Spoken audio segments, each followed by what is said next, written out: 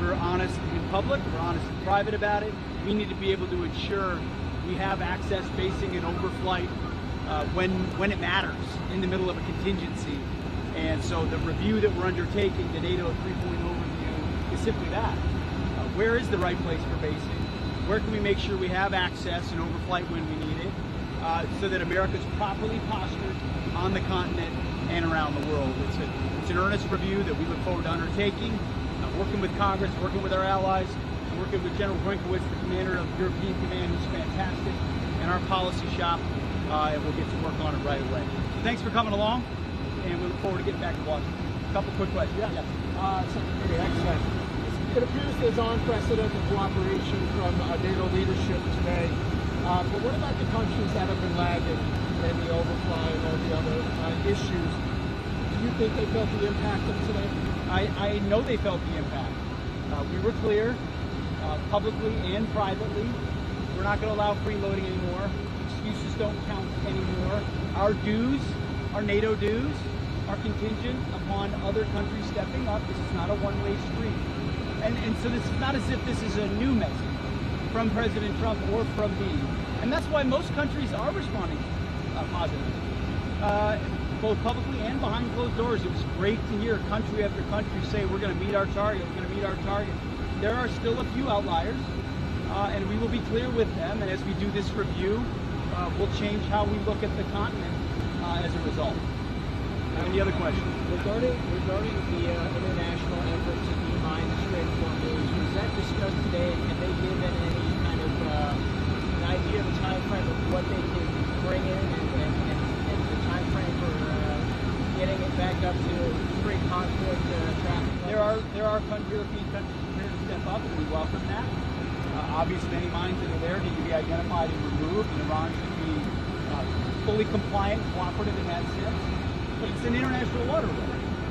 And frankly, European countries and Asian countries use it a lot more than we do. We've got energy independence and resources in our hemisphere that are bountiful and will change, I think, the energy architecture for a generation. European countries ought to be at the front. There are a number that have stepped up, and we welcome that. And they'll do it in coordination with CENTCOM and Admiral Cooper to make sure that that waterway is open and commerce is moving as the President intended right away. Secretary Hegseth, the agreement with Iran calls for the withdrawal of U.S. forces from the areas around Iran. Can you explain to us what that really means in practical terms? And could you address your thoughts about the agreement and critics in Israel and elsewhere who say that it's giving too much to Iran? I would say one key difference you got to point out between this agreement and others is this was born of strength, of American action. JCPOA came from a bunch of begging and talking. This agreement came after months of bombing and a blockade that was impenetrable. Iran was put in a position where they had to come to the table and undertake this. And what President Trump has been clear about from the beginning, and the War Department is clear about, is Iran cannot have a nuclear weapon. Full stop, cannot have a nuclear weapon. Everybody knows it. And so our military actions and any negotiations will be centered on that. And the President has pointed out that we will be prepared to recommence if, underneath the timeline of these talks, Iran does not do what it says it's going to do, which is give up nuclear weapons, give up nuclear ambitions, give away their nuclear material, close nuclear facilities, then the War Department is here and prepared to restart if we need to. We prefer not to, but we are prepared and postured to. When it comes to our alignment or posture in the region, we'll review what capabilities we need. You know, when the blockade opens fully, we'll step back and allow commerce to flow. But if Iran doesn't comply, then we're more than able to reimpose an ironclad blockade. We've had basing in that region for a long time.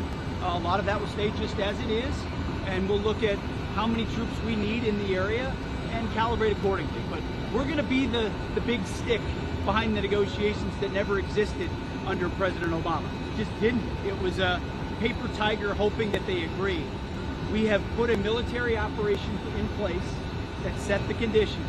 Not to mention President Trump killing Qasem Soleimani, not to mention Midnight Hammer, not to mention not just the offensive operations of Epic Fury, But the blockade, which they haven't been able to have any answer for, and Project Freedom, which ran hundreds of millions of barrels of oil through, we have set the terms. And so our military posture will continue to ensure Iran does the right thing at the table with this deal. And the belief is that from this MOU going forward, they will have every opportunity to do just that to ensure Iran never has a nuclear weapon. Yes. How was the meeting with the UK counterpart, and what information the President? It was a good meeting with the new counterpart at the UK. Obviously, the U.S.-British Defense Alliance is an important one. My message to him was, he's actually a fellow service member, just a couple of majors getting together talking about defense of their nation. I love the fact that he's been in the combat zone. We talked about the similarities we have there. But the message was the same. Hey, we need you guys to step up and do even more, spend even more. And if we need access and basing, whether it's in the UK or say at Diego Garcia, we can't live in a world where other countries are standing at the end of a runway with a clipboard trying to decide what flies and what doesn't. It's not gonna work for us.